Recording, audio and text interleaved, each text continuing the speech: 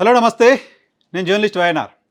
రాజా సింగ్ భారతీయ జనతా పార్టీలో ఒక fire brand నాయకుడైన రాజా సింగ్ భారతీయ జనతా పార్టీలో రచ్చకు కారణమవుతున్నాడు. గడిచిన కొద్ది రోజులుగా రాజా సింగ్ వ్యవహారం భారతీయ జనతా పార్టీకి తలనొప్పిగా మారుతోంది. గడిచిన శాసనసభ ఎన్నికలకు ముందు పార్టీ నుంచి సస్పెన్షన్ గురయ్యారు. పార్టీ లైన్కి భిన్నంగా ఆయన మాట్లాడుతూ వచ్చారంటూ పార్టీ ఆయన పైన క్రమశిక్షణ చర్యలు తీసుకుంది. ఆ తర్వాత 2023 అసెంబ్లీ ఎన్నికల్లో రాజా సింగ్కి టికెట్ కూడా రాకపోవచ్చు లాంటి ప్రచారం జరిగింది. కానీ అనూహ్యంగా ఆయనకు టికెట్ దక్కింది. మరోసారి విజయం సాధించారు.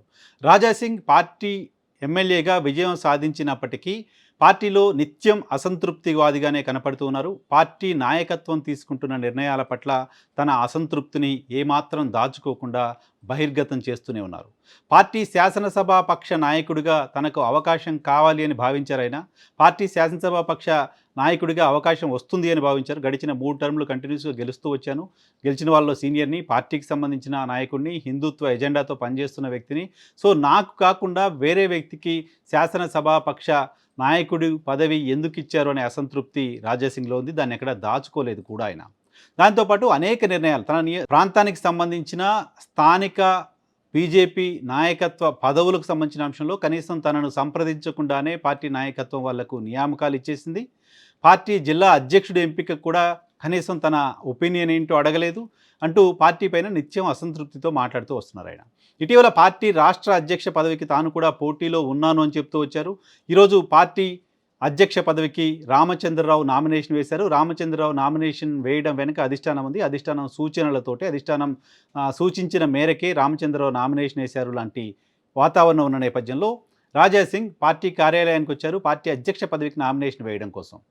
పార్టీ అధ్యక్ష పదవికి నామినేషన్ వేయడం కోసం నేను వస్తే నన్ను బలపరుస్తూ సంతకాలు పెట్టాల్సిన పార్టీ నాయకుల్ని కొంతమందిని పార్టీ పెద్దలు బెదిరించి నాకు సంతకాలు పెట్టకుండా చేశారు. పార్టీ నాయకత్వం నాకు వ్యతిరేకంగా ఉంటోంది. ఈ రాష్ట్రంలో భారతీయ జనతా పార్టీని అధికారంలోకి తీసుకురావడం కోసం నేను ప్రయత్నం చేస్తుంటే భారతీయ జనతా పార్టీని ఓడించడం కోసం పార్టీకి సంబంధించిన పెద్ద నాయకులు పనిచేస్తున్నారు. భారతీయ జనతా పార్టీ ఓడిపోవాలని కోరుకుంటున్న వాళ్ళు పార్టీలో నాయకత్వ బాధ్యతల్లో ఉన్నారు అంటూ ఆయన కొన్ని సంచలన ఆరోపణలు పార్టీ కేంద్ర కార్యాలయం వేదికగా చేశారు. సో గతంలో కూడా రాజా సింగ్ అనేక సందర్భాల్లో అలగడం, రాజీనామా చేస్తానని ప్రకటించడం, రాజీనామా చేయటం లాంటివి జరిగేవి. కానీ ఎప్పుడు కూడా ఆయన పార్టీని వదిలి పార్టీపై అసంతృప్తిగా ఉన్నప్పటికీ వేరే పార్టీల వైపు చూసిన పరిస్థితి కనపడలేదు. ఇప్పుడు కూడా రాజీనామా చేసినప్పటికీ హిందుత్వ ఎజెండాతోటే పనిచేస్తాను అని చెప్తున్నారు. తన రాజీనామా లేఖని పార్టీ ప్రస్తుత రాష్ట్ర అధ్యక్షుడు కిషన్ రెడ్డికి ఇచ్చేళ్లారు. సో మొత్తం అంతా సవ్యంగా జరుగుతోంది. రామచంద్రరావు ఎంపికకు సంబంధించి సీనియర్లు అందరూ ఒపీనియన్ తీసుకున్నారు. సో రామచంద్రరావుకి అందరూ సహకరిస్తున్నారు. ఏకగ్రీవంగా ఎన్నిక జరగబోతోంది లాంటి ఒక ఇంప్రెషన్ ఉన్న సందర్భంలో రాజా సింగ్ వచ్చి నామినేషన్కి సంబంధించిన హడావుడి చేయడం, రాజీనామా చేసి వెళ్ళడం అనేది భారతీయ జనతా పార్టీలో కలకలం రేపుతోంది. రాజా సింగ్ రచ్చ భారతీయ జనతా పార్టీలో ఇప్పట్లో ముగిసేలా లేదు. రాజా సింగ్ రాజీనామా చేసి వెళ్ళిపోయిన తర్వాత పార్టీకి సంబంధించిన కొంతమంది ముఖ్యులు ప్రతిసారి ఈ రకంగా బెదిరిస్తూ, ప్రతిసారి ఈ రకంగా రాజీనామా చేస్తానంటూ వార్నింగ్లు ఇస్తూ పార్టీ నాయకత్వం పైన బాహాటంగా బయటకు మాట్లాడుతూ ఉంటే ఎందుకు మనం చర్యలు తీసుకోకుండా ఉదాసీనంగా ఉంటున్నాం? ఇప్పుడు ఆయన్ని పిలిచి మాట్లాడాల్సిన అవసరం కూడా లేదు. వదిలేయండి, ఏం చేస్తాడు? రాజీనామా చేస్తే చేయమనండి. పార్టీలో ఉండి ఈ రకంగా పార్టీకి వ్యతిరేకంగా మాట్లాడేదానికంటే ఆయన పార్టీని వదిలేసి వెళ్ళిపోతే బెటర్ కదా. పార్టీలో ఉండి డ్యామేజ్ చేస్తున్నాడు కదా. ఆయన బయటికి వెళ్తే పెద్దగా డ్యామేజ్ అయ్యేది ఏముండదు ఇంతకంటే అంటూ పార్టీకి సంబంధించిన చాలామంది నాయకులు అదే అభిప్రాయంతో ఉన్నారు. ఆయన్ని పిలిచి మాట్లాడడానికి కూడా చాలామంది ముందుకు రావట్లేదు. గతంలో రాజా సింగ్ అలిగినప్పుడు బండి సంజయ్ ఆయన ఇంటికి వెళ్ళి మాట్లాడడం చూసాం. ఈటెల రాజేందర్ లాంటి వాళ్ళు ఆయన ఇంటికి వెళ్ళి మాట్లాడడం చూసాం.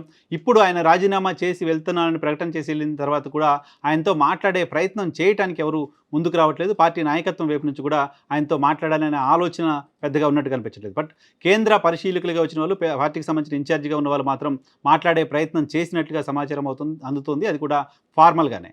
సో రాజా సింగ్ పదే పార్టీలో రచ్చ చేస్తున్న నేపథ్యంలో ఆయన గొడవకు, ఆయన వ్యవహార శైలికి ఒక పర్మనెంట్గా ఒక ఫుల్ స్టాప్ పెట్టకపోతే నష్టం జరుగుతుందనే ఆలోచన పార్టీ అధిష్టానం చేస్తుంది. అంత సవ్యంగా జరుగుతున్న తరుణంలో రాజా సింగ్ ఈ రకంగా రాజీనామా కలకలం రేపటం అనేది పార్టీ పెద్దలకు కాస్త చిరాకు తెప్పిస్తోంది. సో రాజీనామా లేఖను స్పీకర్కి మీరే పంపించండి అంటూ కిషన్ రెడ్డికి సూచించడం ఏంటి? ఆయన కావాలనుకుంటే రాజీనామా స్పీకర్ ఫార్మేట్లో ఆయనే చేసేయచ్చు కదా లాంటి మాటలు కూడా పార్టీ కార్యాలయంలో వినిపిస్తున్నాయి. సో రాజా సింగ్ రచ్చని ఇంకా పెద్దగా చేసుకుంటుందా, వదిలించుకుంటుందా, సద్దుమణిగేలా చేస్తుందా భారతీయ జనతా పార్టీ? సద్దుమణిగేలా చేసే ప్రయత్నాలు అసలు జరుగుతాయా? అవి సాధ్యమవుతాయా? చూడాల్సి ఉంది.